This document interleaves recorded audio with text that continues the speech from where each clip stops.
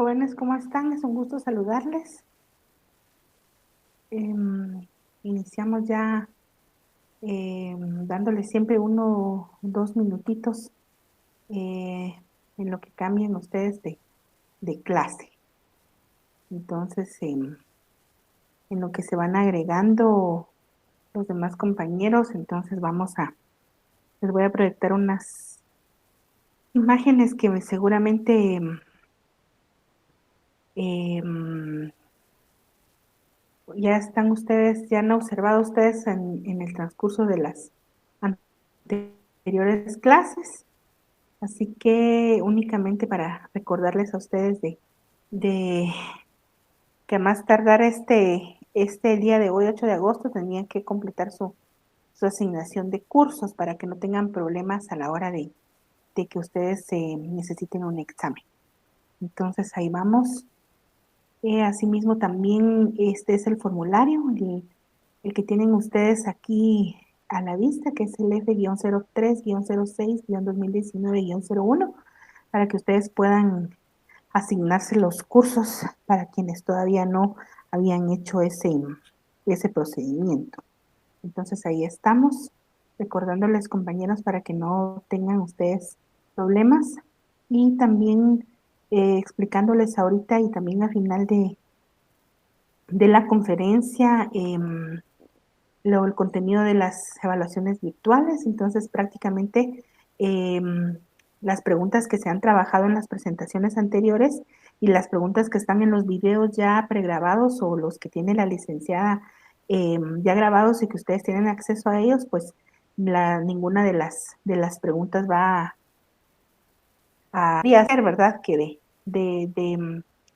por cuestiones de que son muy importantes se vayan a realizar esas preguntas. De lo contrario, prácticamente las preguntas se van a tomar de los videos que ustedes miran, pero no de las preguntas ya hechas de la compañera abogada y ni de las preguntas ya hechas en mis presentaciones, sino van a ser prácticamente de la exposición de cada uno de los videos, tanto del video introductorio como de la conferencia. Entonces, a escuchar las conferencias, compañeros, a ponerse al tanto de las clases y a leer, ¿verdad?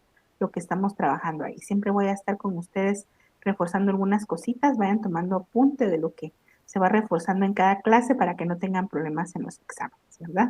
Y las preguntas que ya se hicieron, pues claro que las pueden tener como referencia también. Entonces, ahí estamos. Deben corroborar también que sus datos coincidan, tanto su correo electrónico como su número de carnet y la confirmación de su carnet, para que no tengan problemas en relación a eso, ¿verdad? Vuelvo a proyectar el listado de los libros y de las leyes que están sugeridas para mi curso. Espero que ya la mayoría de ustedes haya pues, prácticamente tenido ya, que tenga a la mano ya estas leyes importantes y los tomos 1, 2 y 3 del doctor René Arturo Villegas Lara, del Derecho Mercantil Guatemalteco y evidentemente el Código de Comercio de Guatemala. Entonces, por favor, ahí vamos para que ustedes puedan, pues no tengamos problemas en relación al trabajo de este semestre.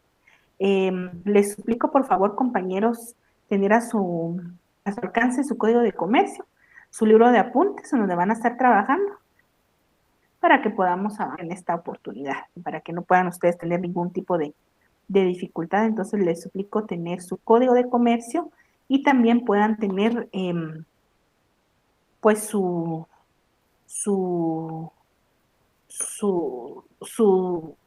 cuaderno de apuntes, por favor.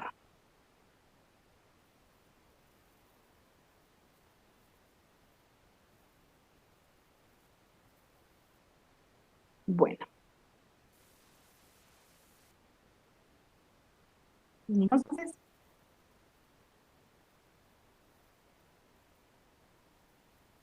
vamos a verificar que tengamos un audio eh, bien, ¿verdad? Para ir trabajando con ustedes. Muy bien, entonces iniciamos a trabajar ya. ¿Recuerdan ustedes? Esta semana vamos a trabajar específicamente lo que son los auxiliares del comerciante, vamos a trabajar la empresa mercantil y también vamos a trabajar lo que son las obligaciones de los comerciantes. Entonces, esos 3 temas son los que vamos a estar agotando en esta oportunidad. Iniciamos entonces, por favor, y vamos a trabajar desde el artículo 263, así que quiero que me acompañen, por favor, a partir del artículo 263 del Código de Comercio, y vamos a trabajar ese título 2 de este libro. Recuerdan ustedes que nuestro Código de Comercio está organizado de esta forma, y entonces en este título número 2 vamos a trabajar lo que son los auxiliares de los comerciantes. ¿Recuerdan ustedes cuando trabajamos en la clase número 1 de Derecho Mercantil? Repetíamos que el comerciante es aquella persona que en nombre propio y con fines de lucro ejerce cualquiera de las actividades que están determinadas en los primeros artículos del Código de Comercio. Específicamente, regresemos por favor al artículo número 2. Dice, son comerciantes quienes ejercen en nombre propio y con fines de lucro cualesquiera de las actividades a que se refiere a lo siguiente. Y hablaba de la industria, la producción y transformación de bienes y servicios, la intermediación en la circulación de bienes y la prestación de servicios, la banca, seguro y fianza y los auxiliares de las anteriores, que hablábamos ahí de una reafianzadora, una reaseguradora y también la bolsa de valores. Entonces ahí estamos sobre lo que es un comerciante. Hoy vamos a trabajar y hacer una diferencia específica de lo que son los auxiliares del comerciante. ¿Cuáles son entonces los elementos y la generalidad más importante que tenemos dentro de lo que es un sujeto comerciante y un sujeto considerado como auxiliante del comerciante o auxiliar del comerciante? Primero es que la comerciante siempre va a ejercer el comercio en nombre propio y nunca lo va a hacer en nombre de otra persona. En cambio, el auxiliar del comerciante no va a elegir el comercio o no va a ejercer el comercio en nombre propio, sino siempre lo va a hacer en representación de otro principal, que le vamos a llamar, o el Código de Comercio le llama principal. Vamos a ver ahora el concepto. ¿Qué es entonces el concepto de los auxiliares del comerciante? Es toda persona que interviene en el tráfico mercantil en representación del principal, o sea, del comerciante, con quien le une una relación de dependencia o contractual.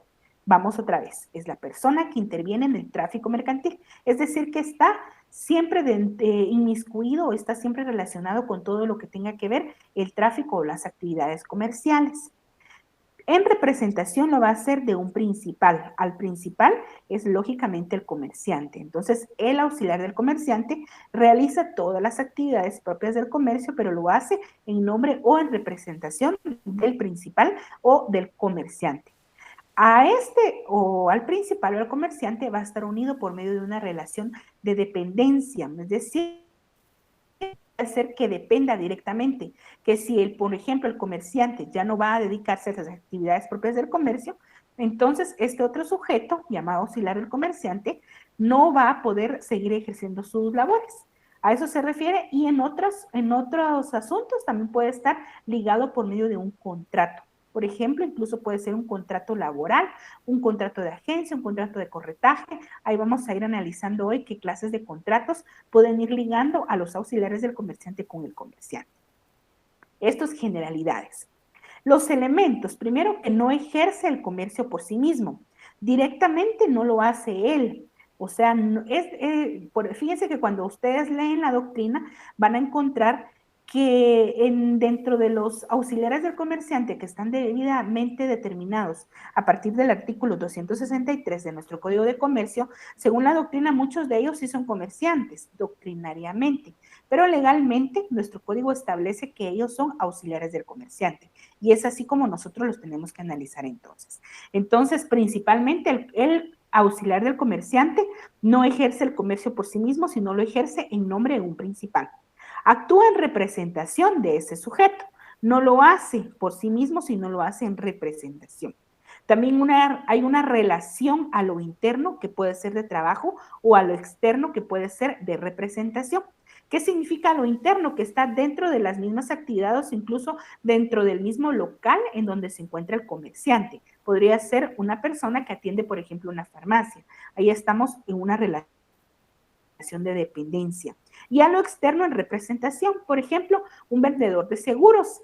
Un vendedor de seguros anda de forma externa, representando también al comerciante o al principal.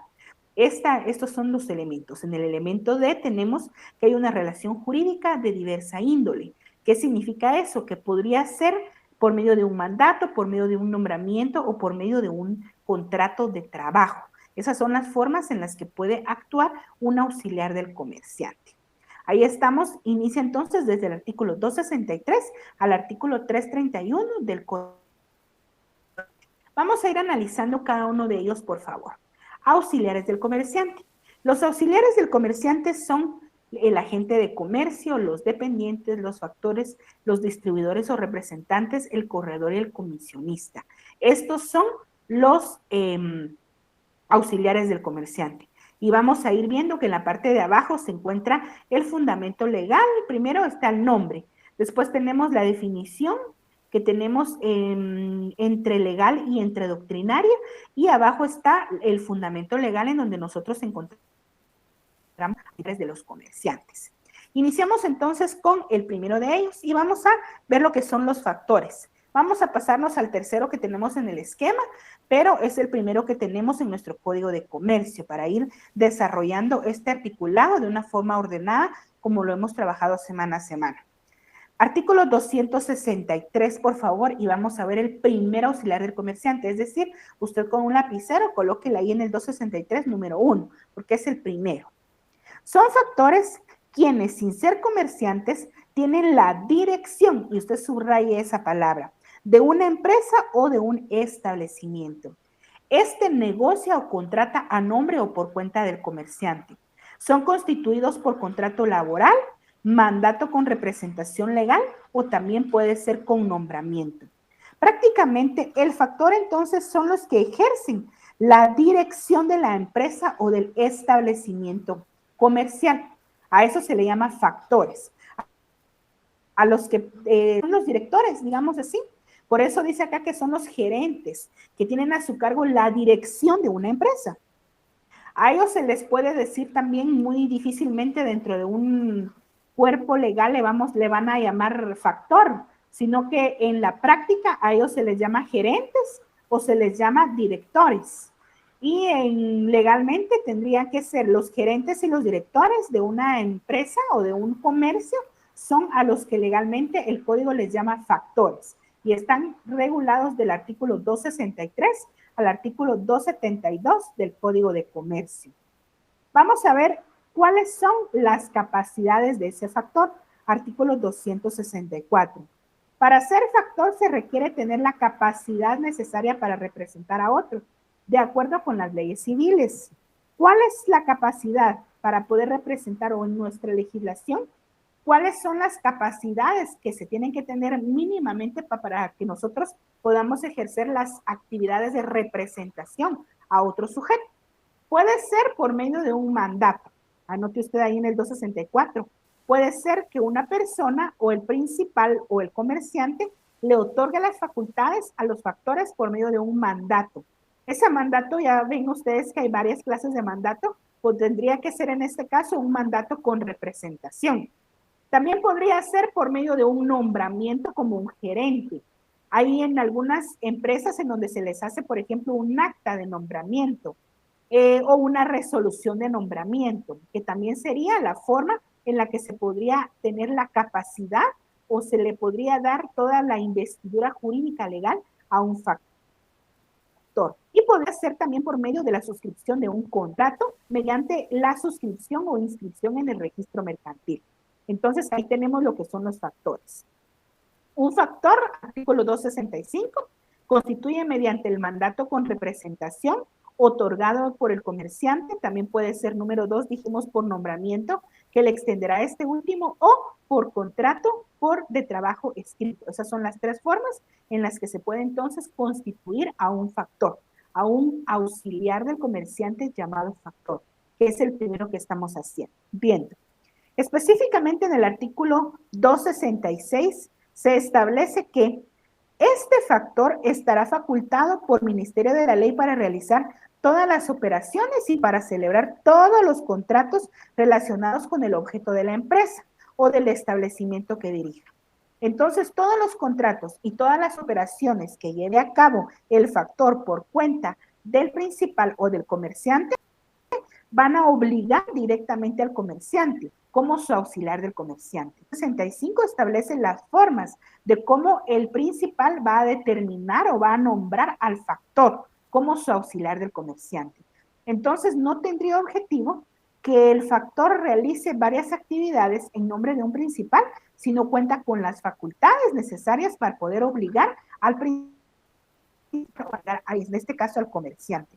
Significa esto entonces que el factor va a necesitar una cláusula especial o las facultades especiales dentro del mandato del contrato o nombramiento que se le haya dado en caso que tenga que gravar o enajenar bienes inmuebles de la empresa, también como menciona casi en el último párrafo del 266, para contratar préstamos, emprender judicialmente al comerciante y para en general ejecutar actos que no sean pertinentes a las actividades normales o propias de una empresa mercantil.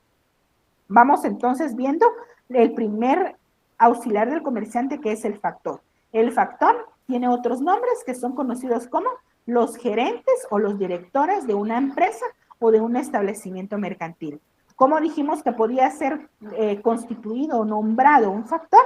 Dijimos primero que podría ser por medio de un mandato, según el 265, por medio de un nombramiento o por medio de un contrato de trabajo por escrito. Ahí estamos entonces frente a la constitución de un auxiliar del comerciante que es el factor. Vamos ahora con el siguiente. Por favor, acá veamos ahí. Está en el artículo 273 y es el que tenemos de segundo acá en nuestro esquema, que son los dependientes. En el artículo 273, colóquelo usted entonces el número 2 y vamos con los dependientes. ¿Qué significa eso? Que sustituyen al factor y al comerciante en su trato con el público. Estos están ligados por contrato de trabajo, subraye eso. Ellos están ligados por medio, los dependientes como auxiliares del comerciante están ligados al principal por medio de un contrato de trabajo. Y estos dependientes pueden ser dependientes encargados del público dentro de un establecimiento o pueden ser dependientes viajeros. ¿Qué significa eso? Que hay unos dependientes directamente en el lugar o en el establecimiento comercial y hay otros que no están ahí, sino que son dependientes viajeros. A unos dependientes viajeros a veces se les conoce también como los famosos agentes viajeros, aunque no tenga nada que ver con el agente del comercio. Vamos artículo 273, por favor. Dice, son dependientes quienes desempeñan constantemente alguna o algunas gestiones propias del tráfico de una empresa o establecimiento por cuenta y en nombre del propietario de estos. Esto es principalmente lo que hace, gestiones propias del tráfico de una empresa. Prácticamente lo que hacen es atender al público en nombre y por cuenta del principal, en nombre y por cuenta del comerciante. A eso se refiere específicamente los dependientes. Constituyen entonces, sustituyen al factor y al comerciante en su trato con el público y están ligados por medio directamente de un contrato de trabajo. A estos dependientes siempre van a estar ligados por medio de naturaleza laboral. Por eso es que en la doctrina a veces se les discute y se dice si podrían ser considerados o no como auxiliares del comercio y no como trabajadores de los comerciantes, porque están ligados con el principal por medio de un contrato de trabajo. Sin embargo, nuestro Código de Comercio a estos dependientes que están ligados por medio de un contrato de trabajo los reconoce también como auxiliares de los comerciantes. ¿Cómo pueden ser o cómo se clasifican los dependientes? Los dependientes pueden ser de dos clases, que son los que están encargados de atender al público y otros que son los viajeros. Los que están encargados de atender al público son directamente los dependientes, los que están, por ejemplo, detrás de un almacén. Veamos un almacén de ropa en donde el comerciante es el propietario y tiene quien le atiende a la clientela para poder hacer o realizar las compras. Entonces, ellos están ligados al principal por medio de un contrato laboral. A este sería el ejemplo más fácil de lo que es un dependiente. Ahí estamos, por favor. Posteriormente tenemos también lo que son los dependientes viajeros en el artículo 275 del Código de Comercio. Y leamos, por favor, así rápidamente, dice, los dependientes viajeros se considerarán autorizados para operar a nombre y por cuenta de los principales y para recibir el precio de las mercancías que vendan. Van a operar por nombre y por cuenta de los principales, para que cualquier limitación a tales facultades surta efectos contra terceros, es decir, van a obligar directamente también a los comerciantes y deberá constar con caracteres visibles en los formularios utilizados para la suscripción de los pedidos. Veamos, por ejemplo, hay personas que en una ferretería, pongamos un ejemplo, en una ferretería, los de una empresa de cemento están contratados como agentes viajeros, ¿verdad? O como dependientes viajeros, en este caso. Y entonces ellos visitan cada una de las ferreterías ofreciendo por nombre y por cuenta del principal o del comerciante. Ellos lo que eligen es, lo que hacen es promover y realizar compras y ventas directamente para los principales, pero ellos lo hacen en nombre y por cuenta del principal, no por nombre y por cuenta de ellos. Y entonces ellos celebran contrato, por ejemplo, para si es una ferretería para la compra de cemento, y entonces ellos sería un ejemplo de lo que son los dependientes viajeros. Y el dependiente encargado, dijimos entonces que puede ser aquella persona que en una, veamos por ejemplo, en una farmacia o en un almacén, están directamente ahí y tienen el trato directamente con el público. Estos están regulados del artículo 273 hasta el artículo 279 de nuestro Código de Comercio. Vamos ahí, por favor. Factores ejercen entonces actividades de gerentes o de dirección de una empresa. Pueden estar ligados al principal por medio de tres formas. Los dependientes son los que tienen directamente el trato con el público y pueden ser directamente dependientes o encargados al público y pueden ser también dependientes viajeros. Vamos con el tercer auxiliar del comerciante. Artículo, por favor, 280. Y es el primero que tenemos en este esquema. Agente de comercio. Y quiero que ustedes vean este capítulo número 2 que habla agentes de comercio, distribuidores y representantes. Es decir, que estos artículos que vienen a continuación tienen que ver mucho con lo que es el agente de comercio y también con nuestro cuarto cuadro que tenemos acá en donde se ven los auxiliares del comerciante, que son los distribuidores y los representantes. ¿Qué son los agentes de comercio? Es aquel que actúa de modo permanente, vinculado a uno o más, tengámonos ahí, actúa de modo permanente, vinculado a uno o más comerciantes. ¿Qué significa eso? Que puede que el agente sea exclusivo o que no sea exclusivo. ¿Qué significa eso? Que le va a ser un agente exclusivo de comercio cuando le va a trabajar únicamente a un comerciante. Por ejemplo, el agente de vendedor de seguros de un banco y le trabaja únicamente a un banco, ese va a ser agente de comercio exclusivo. Pero podría ser que venda seguros y que tenga variedad de seguros para cualquier público. Y entonces no le vaya a trabajar únicamente esos seguros a un banco, sino podría ser a varias agencias bancarias. Y estamos entonces ahí frente a un agente de comercio no exclusivo, sino sin exclusividad. Avancemos entonces ahí. Es aquel que actúa de modo permanente vinculado a uno o más comerciantes, promoviendo, ¿qué es lo que va a promover el agente de comercio? Promoviendo contratos mercantiles o celebrando en nombre y por cuenta de estos. ¿Qué es lo que hace entonces? La promoción de contratos mercantiles. No únicamente va así como el dependiente, ofreciendo un producto para la compra y la venta al público, ya sea dentro de la empresa o fuera de la empresa, si es un dependiente viajero. No, el agente de comercio actúa, puede ser representando a uno o más comerciantes, pero va a celebrar contratos mercantiles en nombre y por cuenta de los comerciantes. Estos pueden ser agentes independientes o agentes dependientes o agentes exclusivos. Estos venden mercaderías ajenas por cuenta y orden del principal. Estamos hablando frente a un agente. Veamos artículo 280.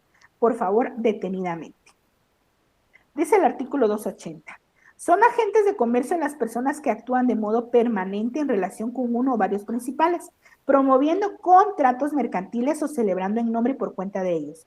Los agentes de comercio pueden ser dependientes y más adelante número 2 dice independientes. ¿Cuándo van a ser dependientes? Si actúan por orden y cuenta del principal, forman parte de la empresa y están ligados a este por medio de un carácter laboral. Es decir, cuando le trabajan únicamente a una agencia, ¿verdad? O a un comerciante. Y van a ser independientes si actúan por medio de su propia empresa y están ligados con el principal por un contrato mercantil que se llama contrato de agencia. Veamos ahí, por favor. Los dependientes ligados al principal por medio de un contrato laboral y en cambio los agentes independientes están ligados al principal por medio de un contrato de agencia. Y eso lo vamos a ir anotando bien, por favor, ahí. Los agentes de comercio independientes podrán celebrar contratos mercantiles por cuenta propia para vender, distribuir, promocionar o colocar bienes o servicios. Ahí estamos entonces frente a los agentes de comercio. Más adelante, y ven ustedes en el capítulo número 2 que acabamos de iniciar, donde está el artículo 280, dice ahí que de una vez habla, en el capítulo 2 dice agentes, distribuidores y representantes, es decir, que ahí tenemos el articulado en relación a ellos. Vamos ahora con los distribuidores o representantes. Nos pasamos al cuarto cuadrito de nuestro esquema. Son distribuidores o representantes quienes por cuenta propia, ¿qué es lo que hacen ellos? Venden, distribuyen, promueven, expenden o colocan bienes o servicios de una persona natural o jurídica, nacional o extranjera, llamada principal, a quienes están ligados por medio de un contrato de distribución o de representación. Están capacitados para facturar al cliente y lucrar con la diferencia. Esto estamos hablando de los distribuidores o de los representantes. Estos distribuidores y representantes también pueden ser agente, puede ser un agente, un distribuidor o un representante exclusivo o puede ser no exclusivo. Vamos a mencionar un ejemplo muy fácil, por ejemplo, en una venta de automóviles. Entonces vemos nosotros que observamos nosotros, por ejemplo, la propaganda y ahí de una vez dice distribuidor exclusivo de la marca XX. ¿Qué significa eso? Que ellos son los distribuidores exclusivos para esa región o podría ser incluso para un país, para esa marca y no puede otra empresa, otro comerciante distribuir esa misma marca o ese mismo producto, ya que ellos están directamente respaldados por medio de ese contrato de distribución o de representación exclusiva.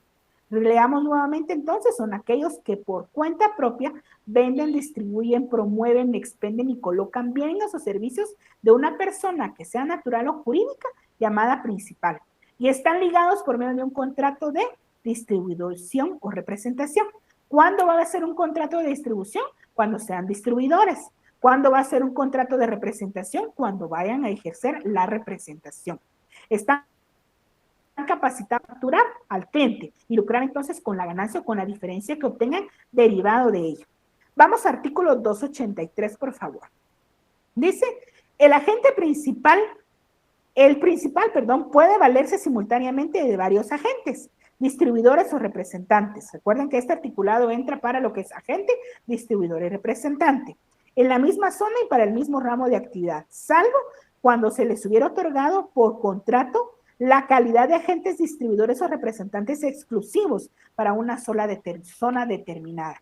Significa entonces eso que si es un distribuidor de X marca de vehículos en Guatemala, es la única empresa que podría distribuir esa marca a nivel nacional, porque de una vez se le está dando un contrato de distribuidor exclusivo.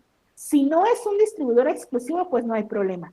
Cuando es un representante, también cuando dentro del territorio, por ejemplo, están ellos representando exclusivamente a esa marca o a esa empresa.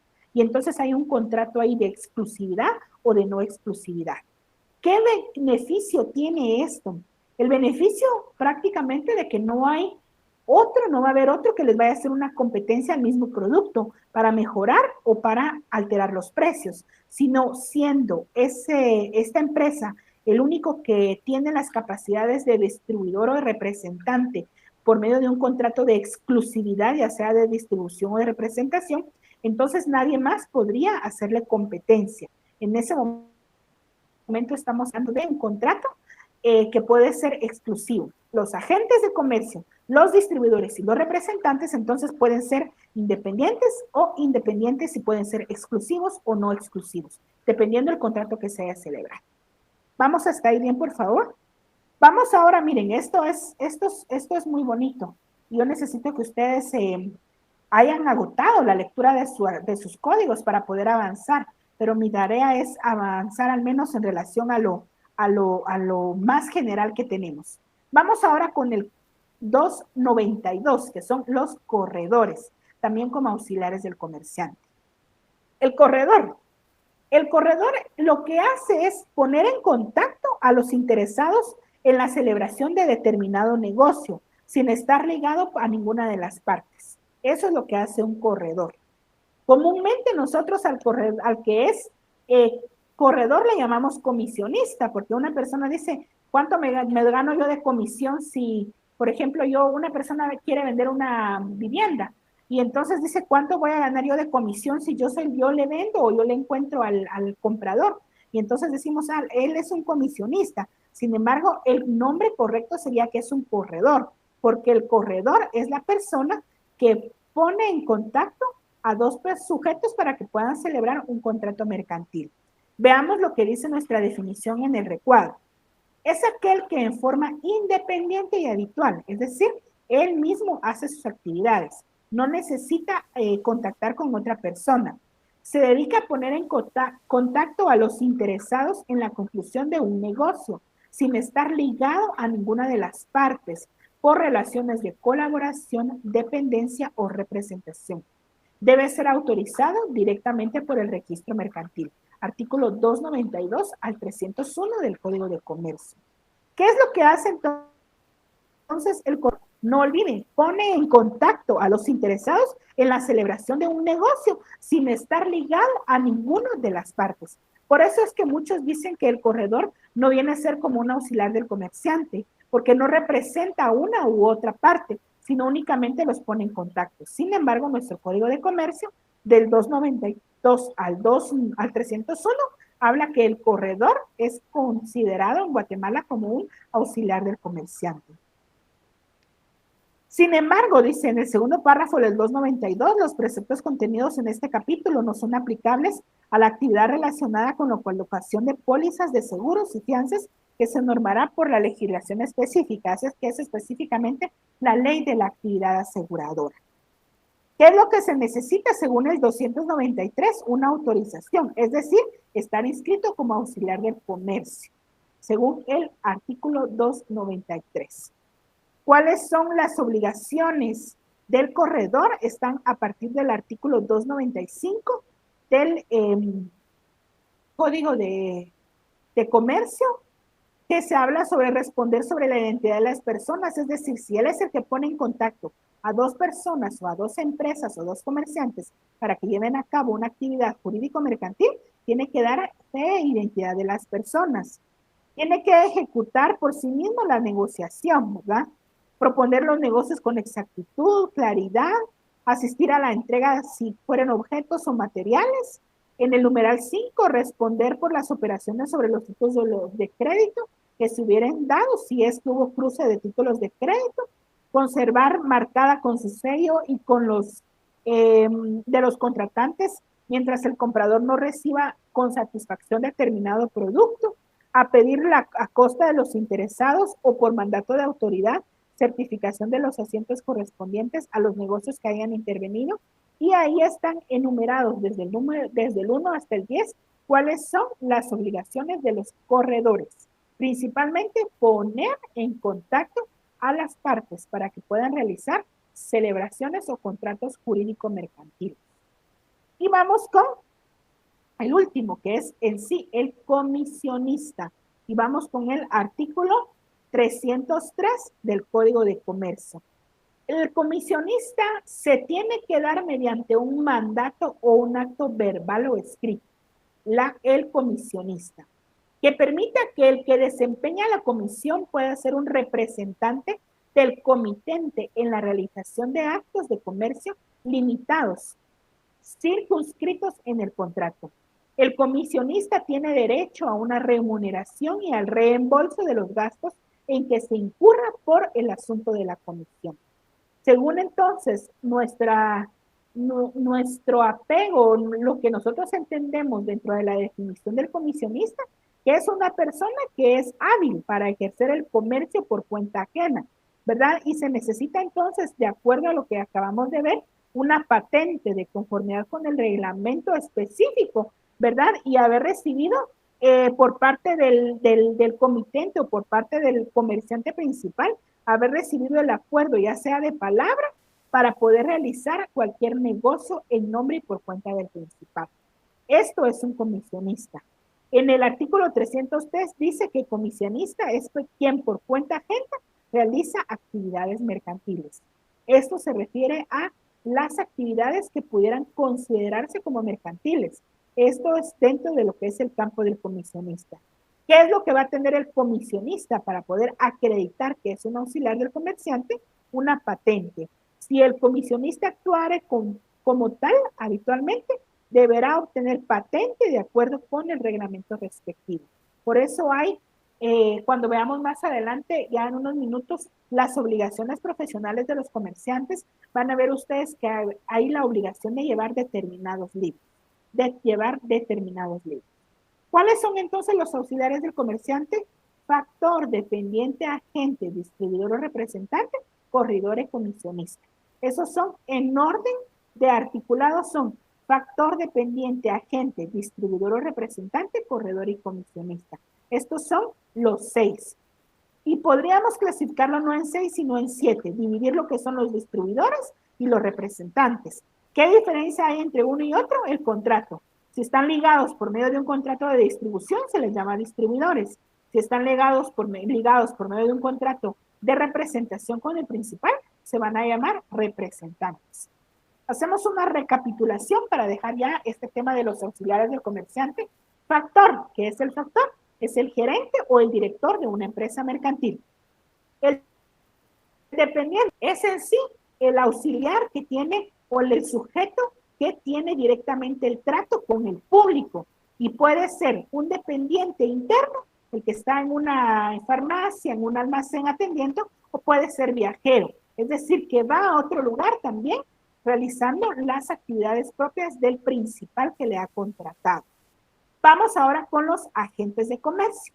Los agentes en sí lo que hacen es la promoción de contratos mercantiles o la celebración de contratos mercantiles. Esto es lo principal. El agente lo que hace es promover la celebración de los contratos mercantiles. El distribuidor o el representante, ¿qué diferencia hay entre uno y otro? Que el distribuidor es el que en sí hace la actividad de distribución y el de representación lo único que hace es llevar a cabo las actividades propias que tendría que hacer otra persona, otro comerciante en nombre y por cuenta de él. Tanto el agente, el distribuidor y el representante pueden ser de otra clase, es decir, agente, distribuidor y representante, ellos pueden ser independientes cuando trabajan por su cuenta, dependientes cuando dependen directamente a un principal y pueden ser exclusivos cuando tienen un contrato de exclusividad, es decir, que nadie más puede ejercer esas actividades. Por ejemplo, en Guatemala, una famosa frase que a veces hemos escuchado dice, único distribuidor de la marca Didea S.A. Es decir, que es el único distribuidor en Guatemala que va a haber por ese producto, ¿verdad? Por ese negocio. Nadie más lo puede hacer. ¿Qué es el corredor? El corredor es el que pone en contacto a dos sujetos para la celebración de negocios mercantiles. Tiene que estar inscrito en el registro mercantil. Es al que comúnmente nosotros dijimos que le llamábamos erróneamente comisionista, pero en sí es el corredor, el que pone en contacto a dos sujetos o dos comerciantes para llevar a cabo relaciones jurídico-mercantiles. Y el comisionista es el que se da, la comisión se tiene que dar mediante un mandato por medio de un acto, que este debe ser verbal o puede ser escrito, que pretende en sí la representación del comitente, es decir, que va a realizar actos de comercio limitados y circunscritos únicamente a la comisión o al contrato de comisión por medio del cual está ligado, ¿verdad? Entonces ahí estamos frente a los auxiliares del comerciante. Ustedes, por favor, lean detenidamente, terminen de leer todo el articulado en relación a los auxiliares del comercio. Vamos a hablar ahora sobre las obligaciones profesionales de los comerciantes. Y nos pasamos al libro número 2 de nuestro Código de Comercio. Ahí estamos, ya terminamos el libro número 1 que hablaba sobre los comerciantes y sus auxiliares. Y hablando de los comerciantes, dijimos que eran los comerciantes individuales, hablamos de los comerciantes sociales, que son todas las sociedades mercantiles, y ahora pasamos al libro 2, que son las obligaciones profesionales del comerciante. Según este libro 2, las obligaciones profesionales del comerciante son 4. Son 3 las que están ahí determinadas. Sin embargo, yo les agregué una más y las vamos a hablar así rápidamente. Primera actividad o primera obligación que tiene que realizar todo comerciante, ya sea entiéndase como comerciante individual o comerciante colectivo, es decir, comerciante individual, alguna persona como yo que pueda tener un negocio, o un comerciante social, que es en sí una sociedad mercantil, por eso se le llama comerciante social. Primera obligación que tiene es la de inscribirse en el registro mercantil, según el artículo 332 en adelante del Código de Comercio. Es decir, que tiene la obligación importante e imprescindible de que un sujeto que se crea comerciante o que va a realizar las actividades propias del comercio tiene que inscribirse en el registro mercantil y tiene que llevar todo lo que establece el registro mercantil. Número 2, la otra obligación profesional del comerciante es la libre competencia. Y esto lo vamos a verificar en los artículos del 361, del Código de Comercio y el 43 y 130 de la Constitución Política de la República de Guatemala, en donde se prohíben expresamente los monopolios. Número 3, llevar contabilidad y la correspondencia mercantil. Y eso está regulado en el artículo 368 del Código de Comercio. Entonces, las que están en el código son estas 3.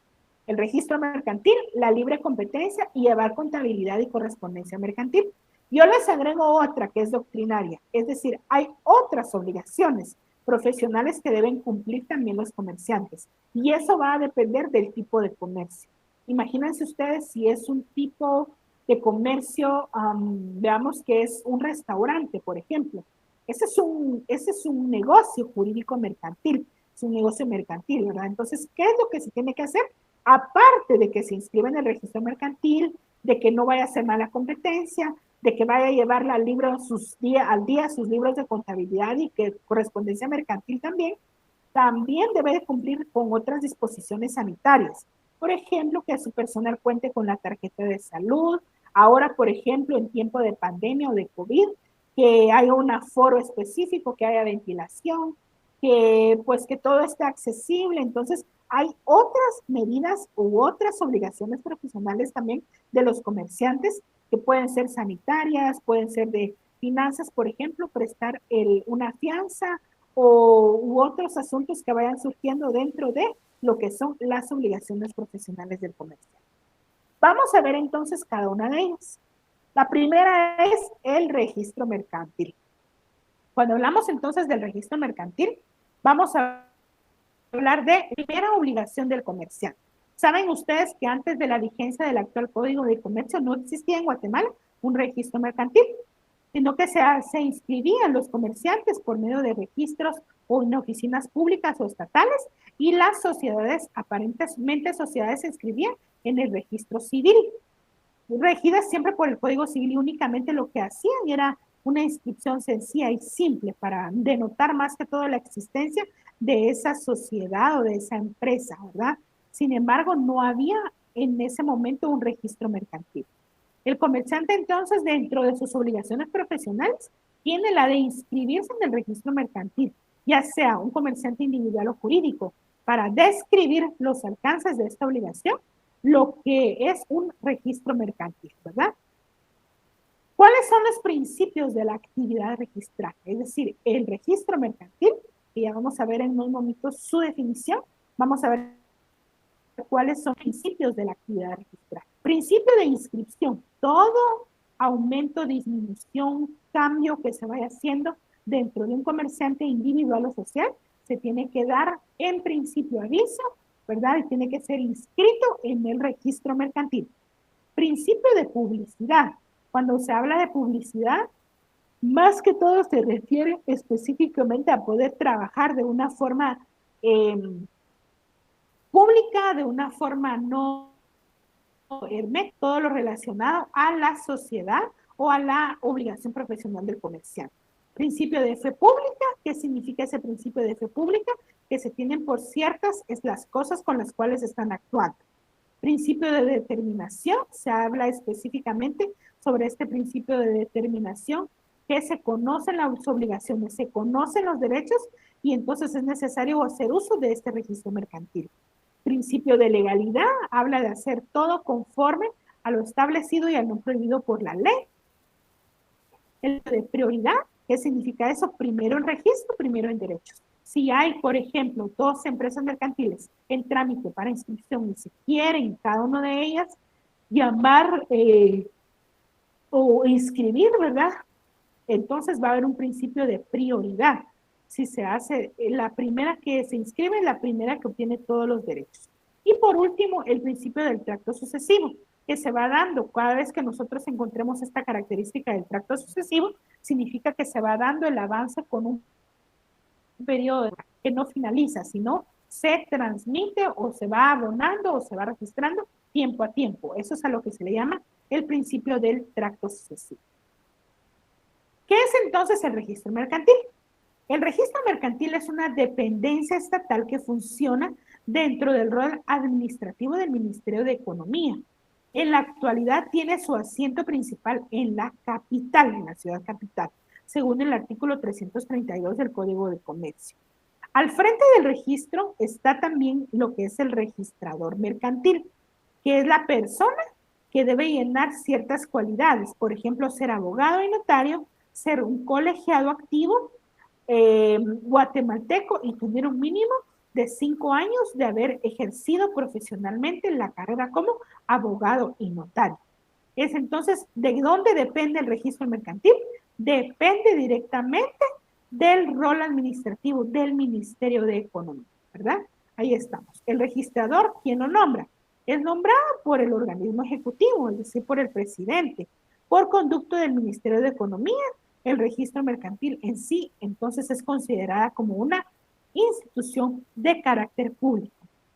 Para el control de la materia objeto del registro, se deben llevar los siguientes libros, según el artículo 33 del Código de Comercio. De comerciantes individuales, otro libro es el de sociedades mercantiles y el otro es de empresas y establecimientos mercantiles. Debe llevarse entonces los siguientes libros. También se tiene que llevar el libro de auxiliares del comercio, de representación de documentos y otros libros que sean necesarios para otras inscripciones que ordena la ley y los índices y libros auxiliares. Estamos entonces frente a lo que es la definición del registro mercantil como una dependencia estatal que funciona dentro del Ministerio de Economía. Tiene su asiento principal en la capital. Ahí estamos frente a la definición de lo que se considera actualmente como el registro mercantil. Recuerden, aquí vamos hablando de la obligación número 1. Vamos a ver a partir, vean ustedes, estamos ahí. Perdonen que vaya un poquito rápido, pero necesitamos avanzar y vamos en tiempo así un poquito, que ya nos estamos yendo.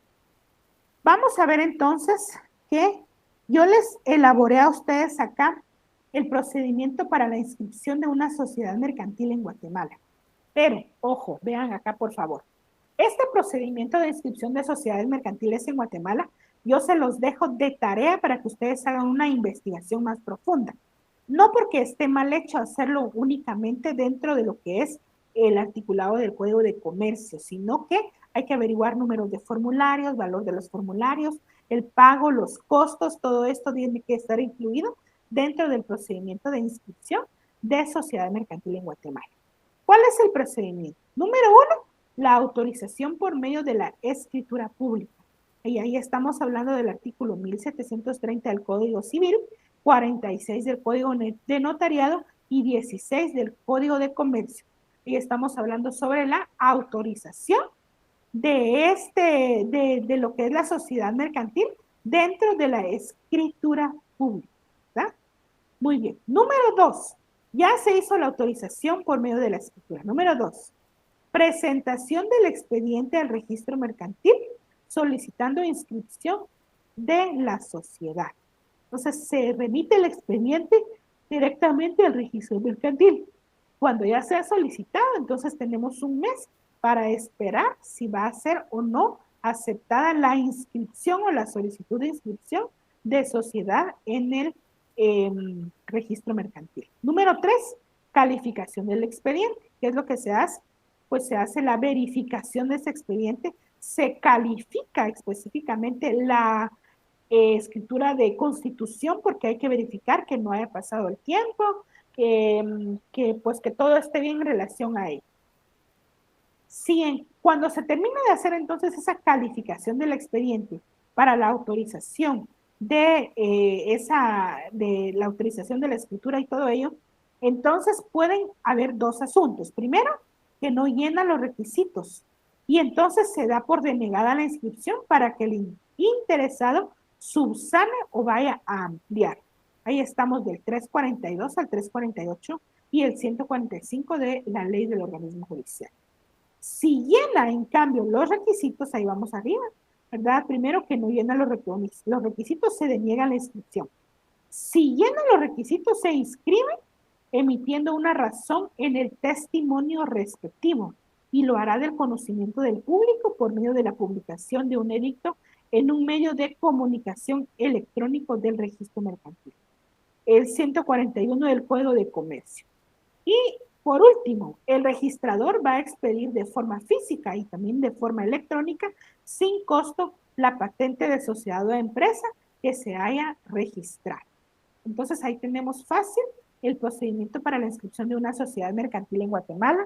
Se hace la escritura, se arma el expediente que no solo lleva la escritura, hay que aperturar una cuenta bancaria, hay que solicitar formularios, hay que llenarlos.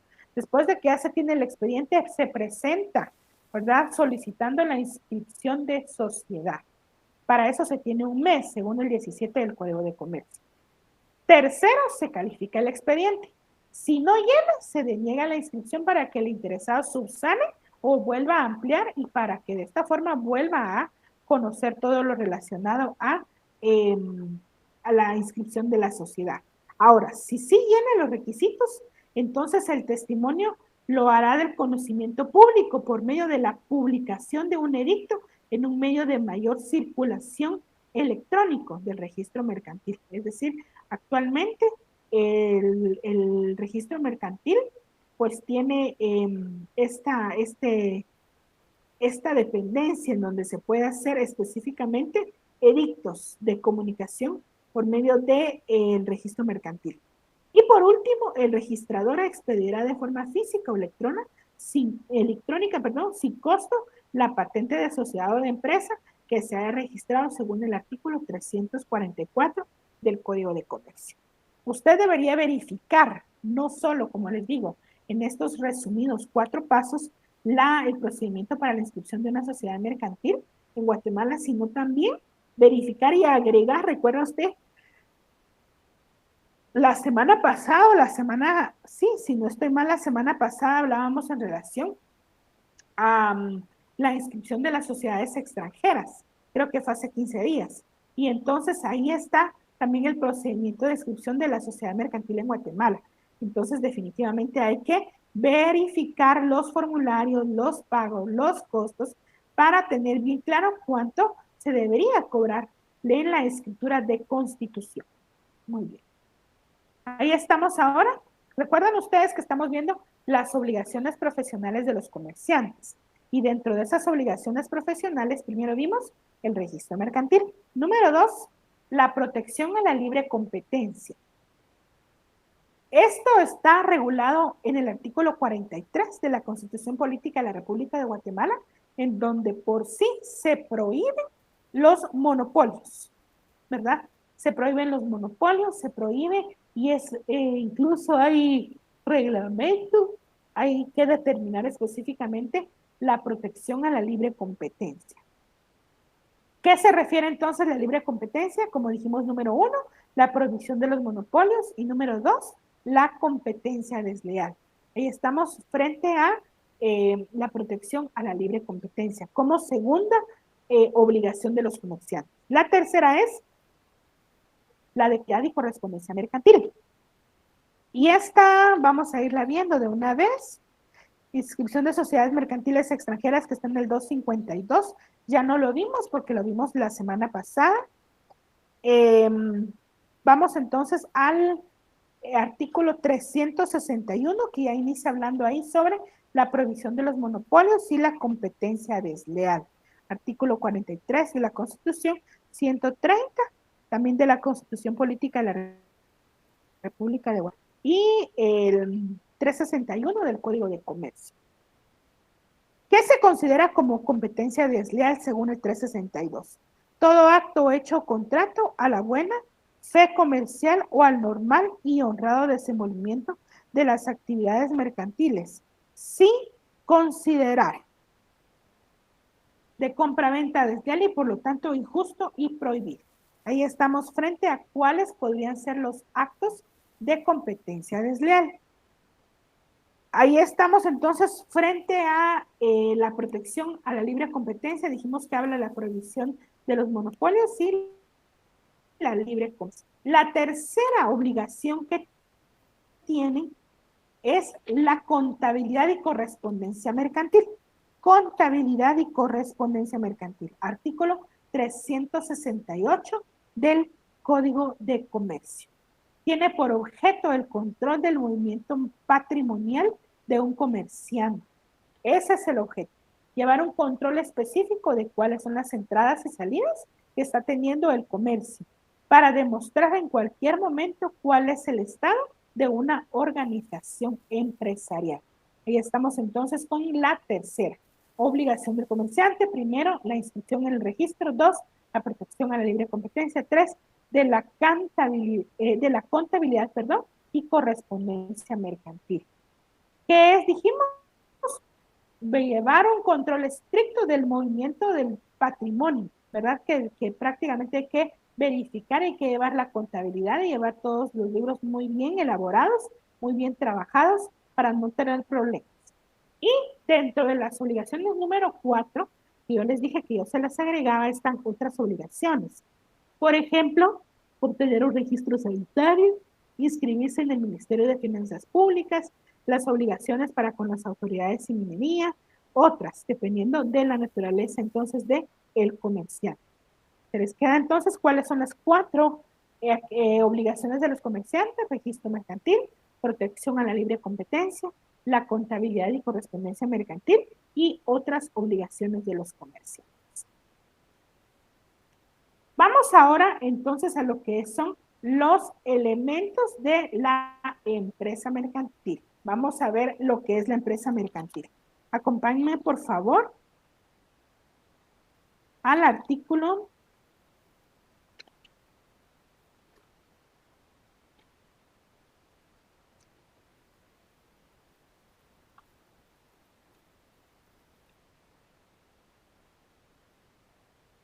6.5 del Código de Comercio y nos dice qué es la empresa mercantil. Vean qué dice el 655.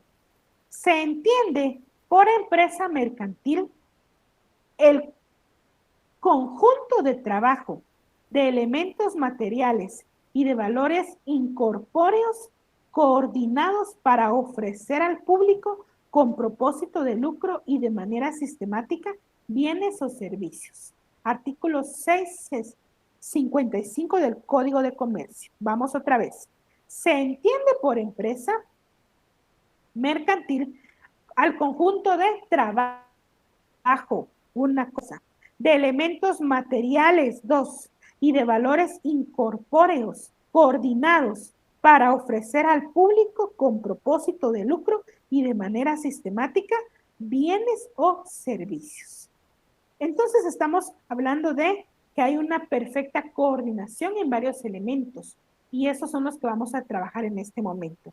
Este conjunto de trabajo, hay unos elementos materiales, hay factores incorpóreos que se encuentran coordinados frente al público y entonces de esta manera hay que prestar los servicios. ¿Cuáles son los elementos de la empresa mercantil? Los elementos de la empresa mercantil los tenemos regulados en el artículo 657 del Código de Comercio. Y ahí, por favor, ubíquese artículo 657 del Código de Comercio. Y dice así, contenido del contrato. Todo contrato que una empresa mercantil, sobre una empresa mercantil que no exprese los elementos que de ella se han tenido en cuenta comprenderá. Y ahí sacamos, póngale usted a este 657 elementos de la empresa mercantil. Número uno, ¿cuáles son sus elementos? El establecimiento. Fíjense cuál es el primer elemento de la empresa mercantil, el establecimiento. ¿Qué es el establecimiento? Es en sí el lugar físico en donde se encuentra sentada la empresa mercantil. Esto es el primer elemento, el lugar, ¿verdad? A eso se refiere, el lugar en donde se tiene el asiento o donde se están llevando a cabo las transacciones mercantiles. A eso se le llama el establecimiento. Tiene como segundo elemento de la empresa mercantil está la clientela y la fama mercantil. A este elemento del código de la empresa mercantil que habla sobre la clientela y la fama mercantil es a lo que en la doctrina se le llama aviamiento. Aviamiento.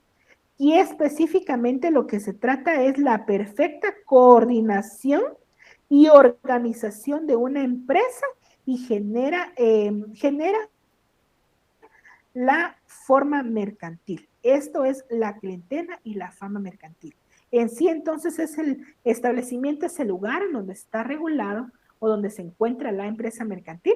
La clientela y la fama son los valores, como se decía anteriormente, que se entiende por conjunto de valores, elementos materiales y de valores incorpóreos.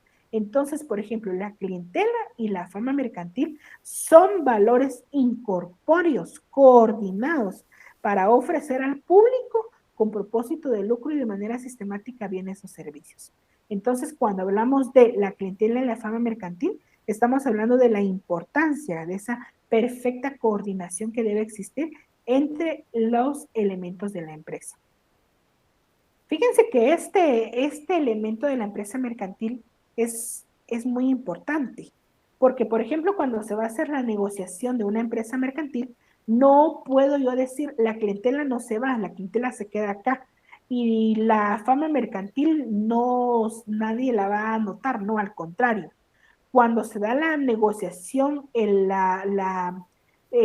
cambio o la decisión de empresas mercantiles, prácticamente la compra-venta de una con otra tendría que preverse todo esto, porque la clientela y la fama mercantil se deben en su momento, ¿verdad?, a las actividades exitosas que ha realizado la empresa mercantil. Y entonces debería llevar a la hora de su negociación de la empresa, debería llevar el mismo rumbo. Tercer elemento de la empresa, el nombre comercial y los demás signos distintivos de la empresa y del establecimiento. Eso es en sí la ley de propiedad industrial y la ley de derechos de autor y derechos conexos. Tercer elemento, repitámoslo, el nombre comercial y los demás signos distintivos de la empresa y del establecimiento. Cuando se habla de signos distintivos de la empresa y del establecimiento, es aquello que va a diferenciar a esa empresa en sí de las otras empresas. A eso se refiere.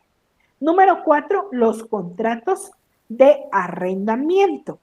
Imagínense ustedes que una empresa se encuentre en una plaza muy famosa arrendando un local para fungir como sus o para que sus clientes la visiten regularmente.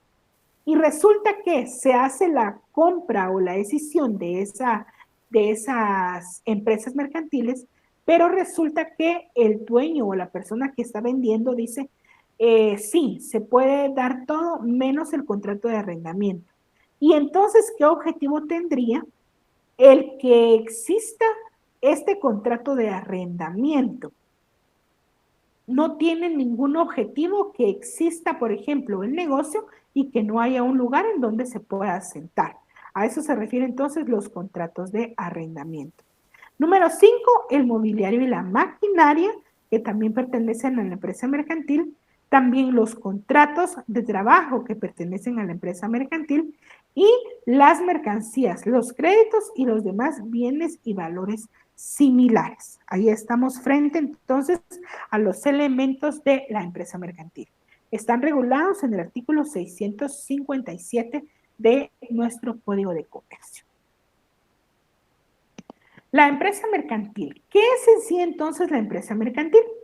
Es la organización de los factores de producción, capital y trabajo destinados a producir o a intermediar con bienes y servicios en el mercado. Esa es la empresa mercantil. Es la organización de los factores de producción.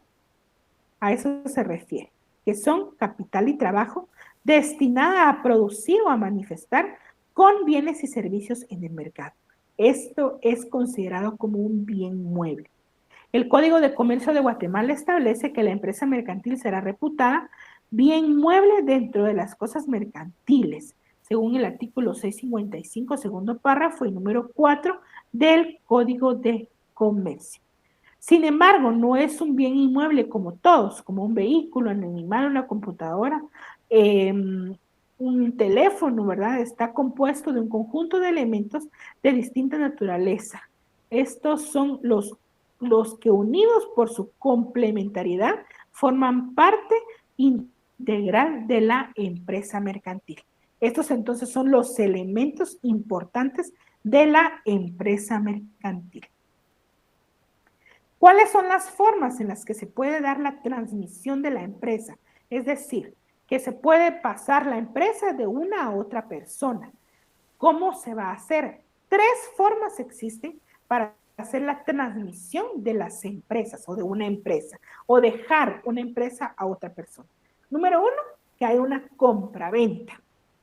¿Qué significa que hay una compraventa? Que alguien vino y se interesó por determinada empresa y entonces hay una compraventa de empresa mercantil.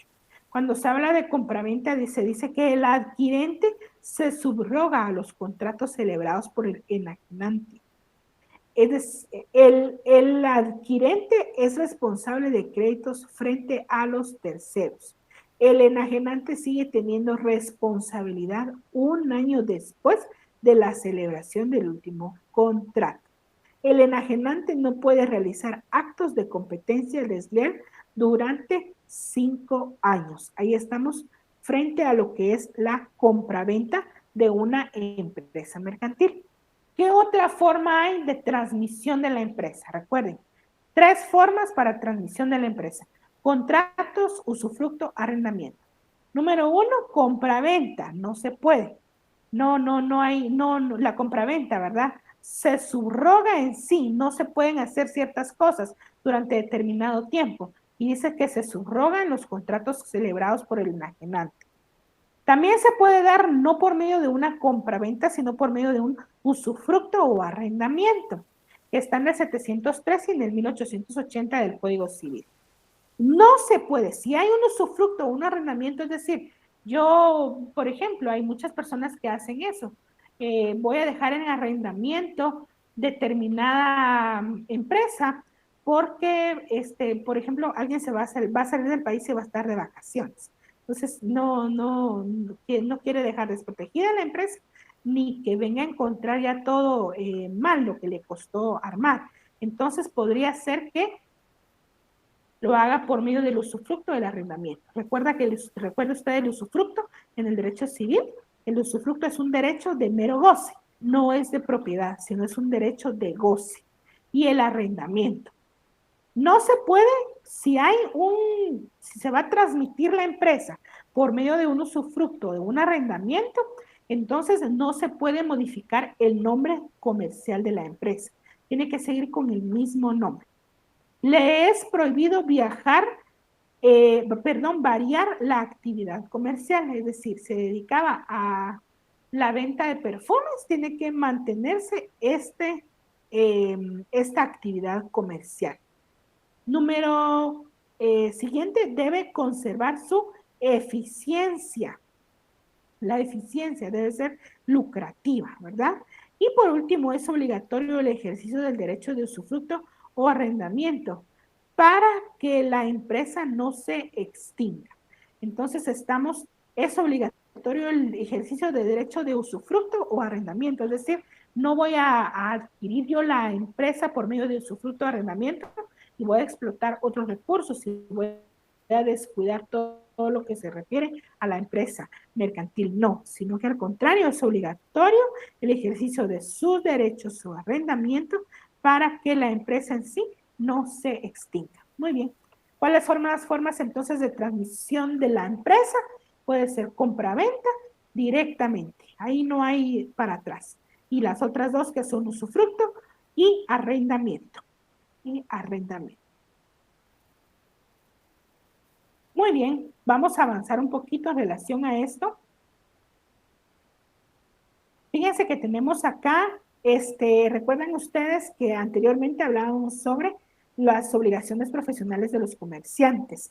Y quise yo apartar unos minutitos ya que ya estamos terminando casi clase para hablar un poquito sobre lo que es el derecho de propiedad intelectual. Este es un esquema que está pues elaborado por medio de la empresa encargada de la propiedad intelectual dentro de la República de Guatemala, que en sí es el registro de la propiedad intelectual de Guatemala. Este registro de la propiedad intelectual está dividido en propiedad industrial y en derechos de autor y derechos conexos. Ahí estamos frente a el registro de la propiedad intelectual. Número uno, que dijimos que podría ser la propiedad industrial. Número dos, derechos de autor y derechos conexos. Si se va a hablar únicamente de propiedad industrial, vamos a tomar como base la ley de propiedad industrial, que es específicamente el decreto 57-2000 del Congreso de la República de Guatemala. Y después de ello, también, si vamos a verificar si es cierto o no en relación a la utilización de los derechos de autor y derechos conexos, entonces debemos hacer uso de la ley de derechos de autor y derechos conexos, que es en sí el decreto número 33-98 del Congreso de la República de Guatemala. Cuando se habla, ya la otra semana les toca a ustedes leer la primera ley de estas, creo que son las dos ya les toca leer la ley de propiedad industrial y la ley de derechos de autor y derechos conexos. La ley de propiedad industrial tiene que ver con marcas, con patentes, con los logotipos, con figuras tridimensionales y todo eso tiene que ver todo lo que es la ley de propiedad industrial. Ahora, cuando se habla de derechos de autor y derechos conexos, se tiene que verificar en relación al decreto número 3398, que es la ley de derechos de autor y derechos conexos. Ahí estamos entonces frente a cómo se divide el registro de la propiedad intelectual. El registro de la propiedad intelectual se divide entonces en propiedad industrial y en derechos de autor y derechos conexos. La propiedad industrial tiene que ver, por ejemplo, con marcas, patentes, patentes de invención, patentes de modelo y los derechos de autor y derechos conexos, que tiene que ver todo con lo que es la ley de derecho de autor y derechos conexos. Estamos ahí. Cuando vamos a hablar, por ejemplo, de la inscripción de una marca, ¿qué ley vamos a ver? Como es propiedad industrial, vamos a ver la ley de propiedad industrial. Si vamos a hablar, por ejemplo, de un derecho de autor, podría ser una persona que haya escrito, por ejemplo, o, sí, digamos, una persona que haya escrito una canción. Ese es un derecho de autor. Y ahora hay otra persona que la interpreta, porque el que la escribió, por ejemplo, no tiene la habilidad para el canto, pero la otra persona sí la tiene. Entonces, la otra persona está adquiriendo derechos conexos, porque sin ser autor directo, tiene también derechos que hacerse valer y son los llamados derechos conexos. Estas dos leyes son importantes y tienen que ver mucho con lo que es, o todo mejor dicho, con lo que es el registro de la propiedad intelectual. Muy bien, ahí estamos con el registro de la propiedad intelectual entonces. Trabajamos entonces en esta tarde, jóvenes, primero lo que son los auxiliares del comerciante, factor dependiente, agente, corredor, comisionista, distribuidor y representante. Ahí vimos los 6, dijimos incluso 7, si dividimos en distribuidor y representante. Posteriormente de eso vimos las obligaciones de los comerciantes. La primera dijimos que es el registro mercantil. También hablamos en relación a los libros, a la contabilidad, a llevar un registro específico y también hablamos de la propiedad intelectual, que tiene que ver también con lo que es las obligaciones de los comerciantes. Tercero, hablamos sobre la empresa mercantil. Dijimos que la empresa mercantil es una coordinación específica de todos los sujetos para poder participar dentro del comercio de una forma ordenada.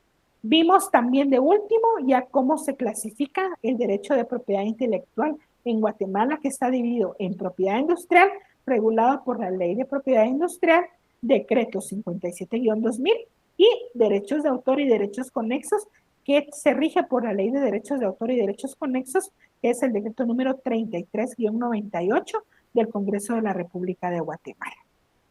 Muy bien.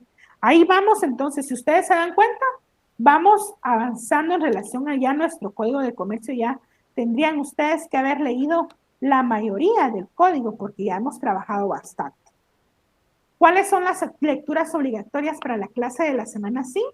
Vamos a ver la otra semana todo lo referente a los títulos de crédito, que está un poquito cargado en relación al articulado, que es artículo 385 al artículo 654 del Código de Comercio.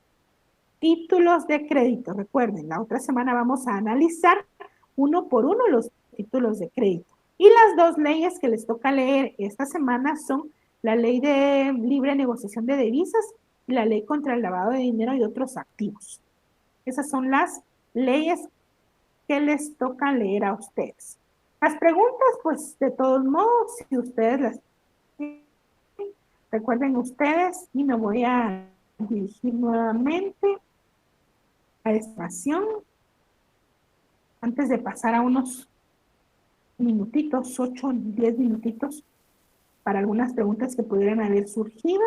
Recuerden ustedes que ya vienen las evaluaciones virtuales, entonces las preguntas que se van a tomar en cuenta va a ser 50% de los videos introductorios, es decir, del video que ya está grabado.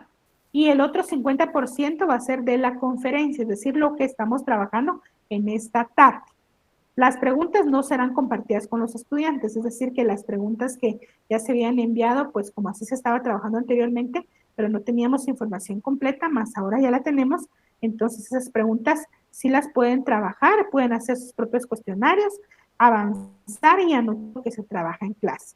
Entonces, a partir del segundo ciclo 2021, es decir, de este semestre, las preguntas que ya están incluidas en los videos, por ejemplo, en el video que ya creo que es la licenciada Carla, la que grabó el semestre pasado, esos videos ya no van a ser tomadas en cuenta para el examen, ¿verdad? Y solo van a ser tomadas en cuenta el 50%, pero no de las preguntas, sino de la exposición que ella hace.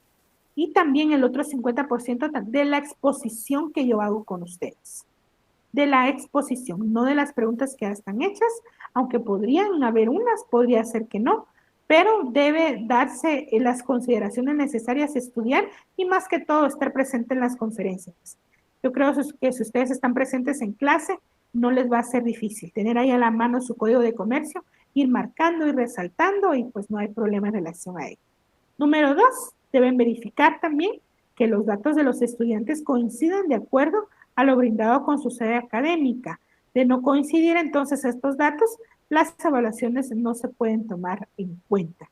Entonces tiene que coincidir el correo electrónico institucional con su número de carnet y la confirmación del carnet de estudiantes. Muy bien. Quiero ver si a alguien regreso, regreso ya con ustedes. Si alguien tuviera alguna pregunta que, que que la pudiera compartir conmigo.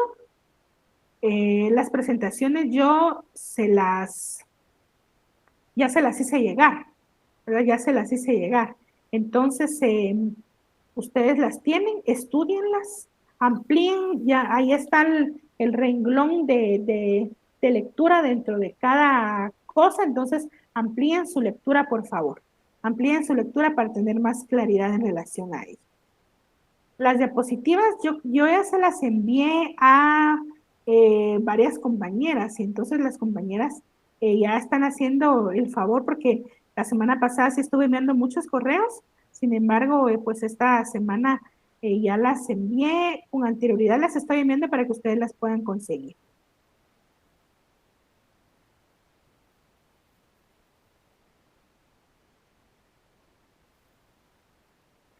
Dice, en el registro mercantil se inscribe y se cancela el auxiliar del comercio. Sí, este auxiliar del comercio es el mismo del que se está hablando usted o no. Bueno, vamos a trabajar un poquito ahí en relación a ello. Hagan el favor de buscarme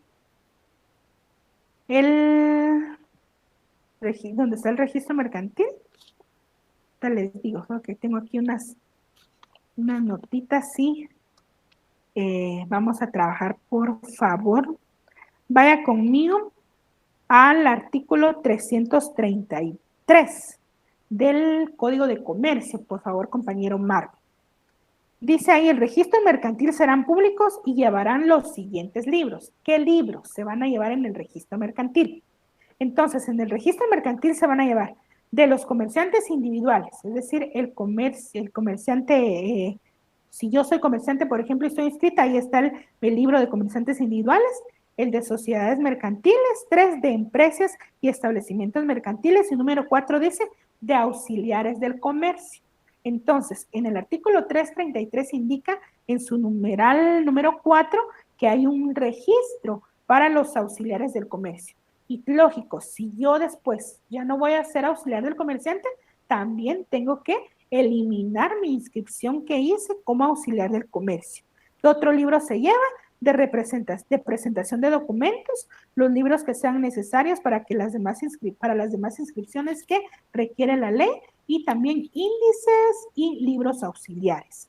Esto está regulado en el artículo 333 y ahí si ustedes leen su libro de René Arturo Villegas Lara, van a ver ustedes que este es un ejemplo de lo que es el principio de publicidad. Estábamos hablando, recuerdan que hablamos de todos los principios de registrales, los principios registrales o los principios que rigen el registro mercantil, repitiendo un poquito las palabras. Pero está un ejemplo, es estos libros que se llevan, ahí refleja el principio de publicidad. Entonces, sí, ahí estamos hablando del mismo, ¿verdad? Ahí estamos hablando del mismo. Quiero ver otra pregunta, por favor. Fíjense que cuando me hablan ahora de las guías de las preguntas, les aclaro que esas guías de preguntas ya no van a ser las que vienen en exámenes. Es decir, ustedes ahora tienen que estudiar todo, escuchar sus videos, bajar nuevamente esta clase que queda grabada todas las semanas y entonces ustedes pueden ahí prácticamente de los videos, pero de la exposición, no de las preguntas que estén en los videos, van a venir las evaluaciones. Entonces, por favor, no me pidan la guía de preguntas porque ya no hay guía, sino que va a haber una forma distinta de evaluar. Es decir, el alumno ya no va a tener acceso a las preguntas. Bueno, tiene una duda sobre el artículo 266 del código. Vamos a buscar entonces qué es lo que nos indica el artículo 266 del Código de Comercio.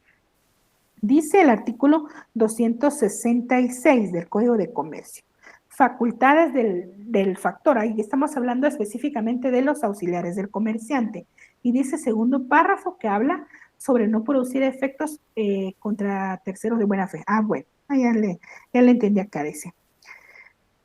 Las limitaciones a las facultades del factor, artículo 266, segundo párrafo, aunque estén inscritas en el registro mercantil, no producirán efectos contra terceros de buena fe.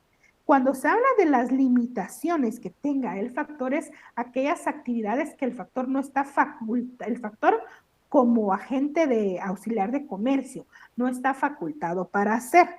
Pero hiciera algo, ¿verdad?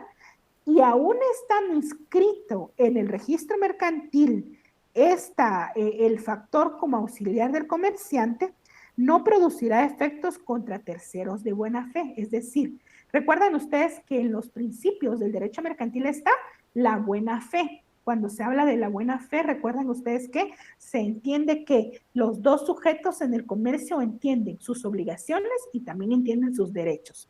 Y entonces un ejemplo de buena fe así rápido, miren, yo compro un par de zapatos y la persona me vende los zapatos. Yo me vengo a poner los zapatos acá y el tacón del zapato se me cayó. ¿Será que tuvo mala fe el comerciante conmigo y dijo, ese que se le va a caer el zapato, el tacón ese le voy a vender? No. Se entiende, según aunque haya sido así, fíjense, aunque haya sido que el comerciante tuvo la mala intención de que yo comprara ese par de zapatos para que se me arruinaran y que a la primera yo los echara a perder, en el derecho mercantil no podemos interpretar nada así, porque se entiende como es principio del derecho mercantil la buena fe. Se entiende entonces que los dos teníamos buena fe, que él quería vender y que yo quería comprar, y que ni yo quería arruinarle al algo con mala fe algo, ni él conmigo. Entonces se entiende que cuando hay una actividad que es de buena fe, no le tiene que afectar a la otra persona. A eso se refiere específicamente compañero Marvin. Vamos a ver con otra. Tengo dudas sobre el 293, que habla sobre el derecho de corretaje. ¿Nos puede explicar, por favor? Muy bien. Eso también 293, que es específicamente sobre el contrato de corretaje. Y ahí vamos a ir viendo. Miren, para cuando ustedes estudien ya más profundamente los auxiliares del comercio, les aconsejo a ustedes ver definición y por medio de qué, cómo se les llama, qué actividad desarrollan y por medio de qué contrato están ligados al principal. Artículo me dice 293, segundo párrafo. Dice, para poder ejercer como corredor es indispensable tener autorización legal, la que el interesado deberá obtener de acuerdo con los requisitos que establezca el reglamento. Solamente los corredores autorizados tendrán derecho de corretaje. ¿Por qué se habla de que tienen derecho de corretaje por sus servicios y gozarán de los demás derechos y ventajas que la ley otorga a los corredores? Muy bien. El derecho de corretaje dice, solamente los autorizados tienen derecho a corretaje. Ahora quiero que me busque, por favor, vamos a ver, artículo 301. Dice, en virtud del contrato de corretaje, uno o más partes interesadas en la conclusión de un negocio se obliga a pagar al corredor el corretaje si el negocio se concluye por efecto de su intervención.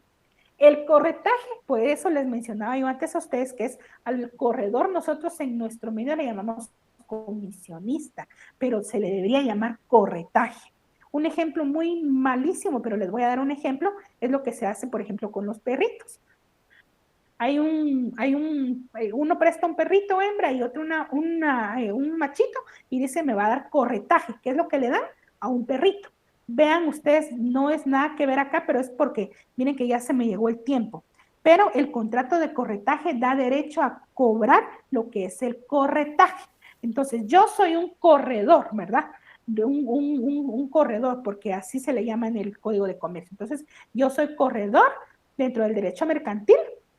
Y entonces, por ejemplo, un lote de zapatos vale en conjunto 10,000 quetzales.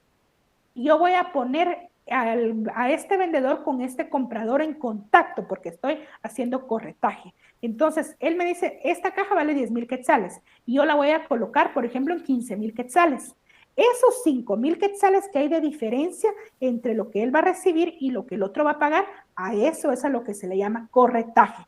Por eso en ese artículo dice, ¿verdad? En el 293 dice, solamente los corredores autorizados, los que estén inscritos, ¿verdad? Tendrán derecho al corretaje por los servicios y gozarán de los derechos. Si yo no estoy inscrita legalmente, pues no lo debería obtener. Sin embargo, en la práctica, recuerden ustedes que no es así, pero es lo que se habla, ¿verdad? El corretaje es esa cantidad o el pago que recibe el corredor por poner en contacto a dos personas dentro de lo que es el comercio.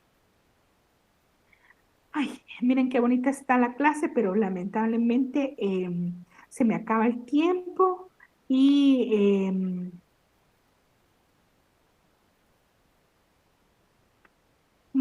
podría, por medio de que ustedes actualicen las clases, decía que solo está disponible la clase 1 de Derecho Mercantil para poderlas visualizar de nuevo. Ah, muy bien. Vaya que me avisó compañero Cristian. Entonces, si no tienen ustedes habilitados estos videos, entonces yo les voy a reenviar un documento para que, ahí están los links de la semana 1 hasta la 16, ¿verdad? Por favor, coordinar que suban los videos. Este video de clases directo, subir inmediatamente. Sí, los videos están grabados, todas las conferencias quedan grabadas. Entonces yo creo que ustedes tienen acceso a ello y yo me quedé de ver cómo podían ver las conferencias de nuevo, pero yo les aviso entre esta semana cómo es. ¿Cuál es la diferencia entre monopolios, competencia desleal y concurrencia? Uy, ahí estamos. Mire, qué bonita la pregunta, ¿verdad? Los monopolios en sí, los monopolios específicamente se habla de que una persona se concentra en todas las actividades propias de un comercio, que en una sola persona se reúnan esas cualidades, ¿verdad? Que por ejemplo en determinado sector, por ejemplo en azúcar, que nadie más pueda vender azúcar en el país. Ahí estamos hablando de un monopolio y está aparentemente en Guatemala prohibido los monopolios. Sin embargo, pues hay cosas que pues también no son tan así. La competencia desleal. Recuerden ustedes, aquí en el Código de Comercio tenían que ver ustedes, y aquí está escrito todo lo que se considera como competencia desleal, actos de competencia desleal. Y ahí dentro de todos esos actos de competencia desleal está determinado cuáles en sí son los actos de competencia desleal, ¿verdad? Actos desleales desde el artículo, todos están en el artículo 363 en adelante. Todo, engañar, confundir al público, sobornar, utilizar falsas promesas, falsas indicaciones, sobornar a los empleados, obstaculizar el acceso a la clientela, al establecimiento, ¿verdad? Entonces a todo eso se refiere. Cuando se habla específicamente entonces de los actos desleales, tiene que haber, en todo sentido, tiene que haber, en todo lo posible, por favor, tiene que haber, miren, yo voy a tratar de terminar ¿cómo les dijera yo? De responder a las preguntas y si ustedes tienen ¿cómo les dijera yo? Otra clase, pues entonces ustedes como tienen grabada esta conferencia pueden después ver las preguntas, ¿verdad? Entonces, monopolio es centrar únicamente una actividad en una sola persona. Competencia desleal en la Constitución está prohibida y dijimos desde el artículo 363 están todo lo que se considera como actos de competencia desleal.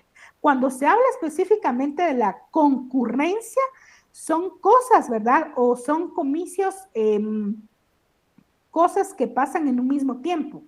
Por ejemplo, una concurrencia podría ser en el comercio, podría ser, ay, ¿cómo les dijera yo? Bueno, en un día en Guatemala, no les voy a decir el nombre porque no manejo mucho el idioma inglés, pero hay a nivel, por ejemplo, internacional, hay un día en el que todas las empresas ponen en oferta todos sus productos, ¿verdad?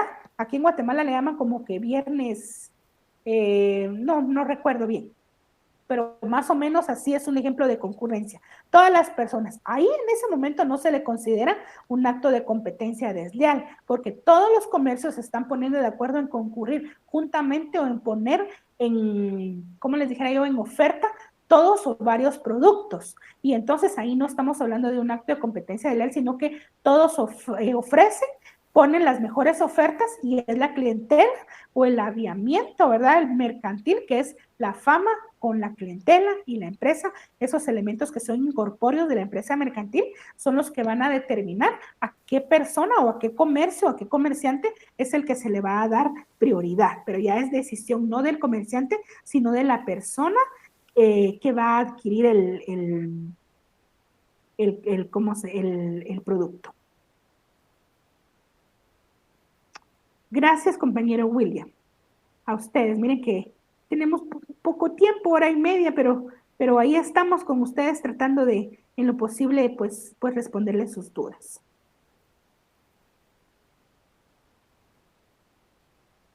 Muy bien, compañero Arnoldo. Voy a ver yo las clases que ya tengo y ustedes pueden crear un subgrupito así rapidito y le voy a enviar igual el link, ¿verdad? Muy bien.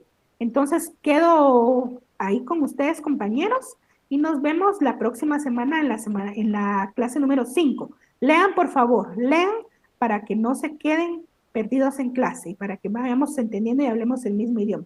Gracias por las preguntas. Eso me da idea de que me ponen atención en clase. Muchas gracias y nos vemos la próxima semana. Que tengan una buena tarde de domingo.